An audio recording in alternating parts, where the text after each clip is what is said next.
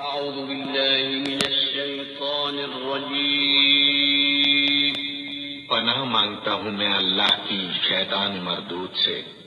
بسم الله الرحمن الرحيم شروع اللہ کا نام لے کر جو بڑا مہربان نہایت رحم والا ہے۔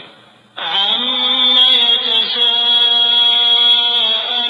عن النبأ العظيم الذي هم فيه مختلفون كلا سيعلمون ثم كلا سيعلمون ألم نجعل الأرض مهادا والجبال أوتادا وخلقناكم أزواجا وجعلنا نومكم سباتا وجعلنا الليل لباسا وجعلنا النهار معاشا وبنينا فوقكم سبعا شدادا وجعلنا سراجا وهاجا وأنزلنا من المعصرات ماء ثجاجا لنخرج به حبا ونباتا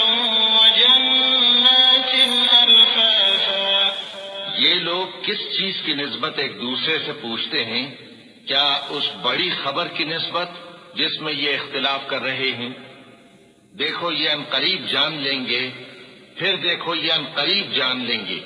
کیا ہم نے زمین کو بچھونا نہیں بنایا اور پہاڑوں کو اس کی میخیں نہیں ٹھہرایا؟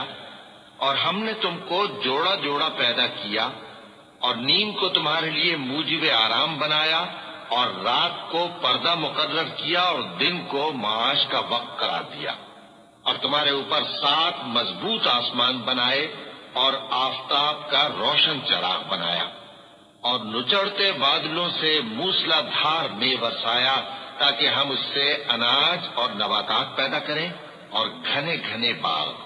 إن يوم الفصل كان ميقاتا يوم ينفخ في الصور فتأتون أفواجا وفتحت السماء فكانت أبوابا وسيرت الجبال فكانت سرابا إن جهنم كانت مرصادا للطاغين مآبا لابثين فيها أحقابا لا يذوقون فيها بردا ولا شرابا إلا حميما وغساقا جزاء وفاقا إنهم كانوا لا يرجون حسابا وكذبوا بآياتنا كذابا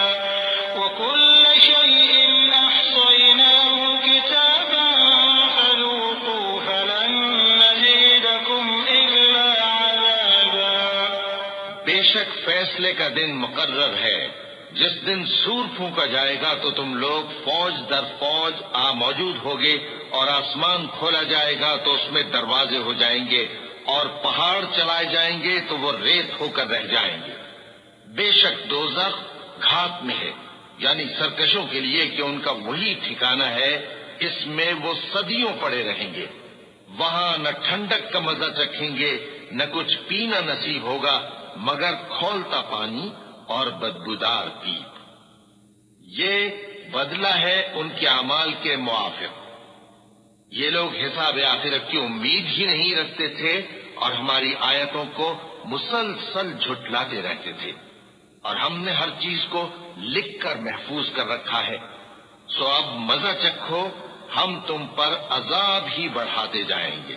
إن للمتقين مفازا حدائق وأعنابا وكواعب أترابا وكأسا دهاقا لا يسمعون فيها لغوا ولا كذابا جزاء من ربك عطاء حسابا رب السماوات والأرض وما بينهما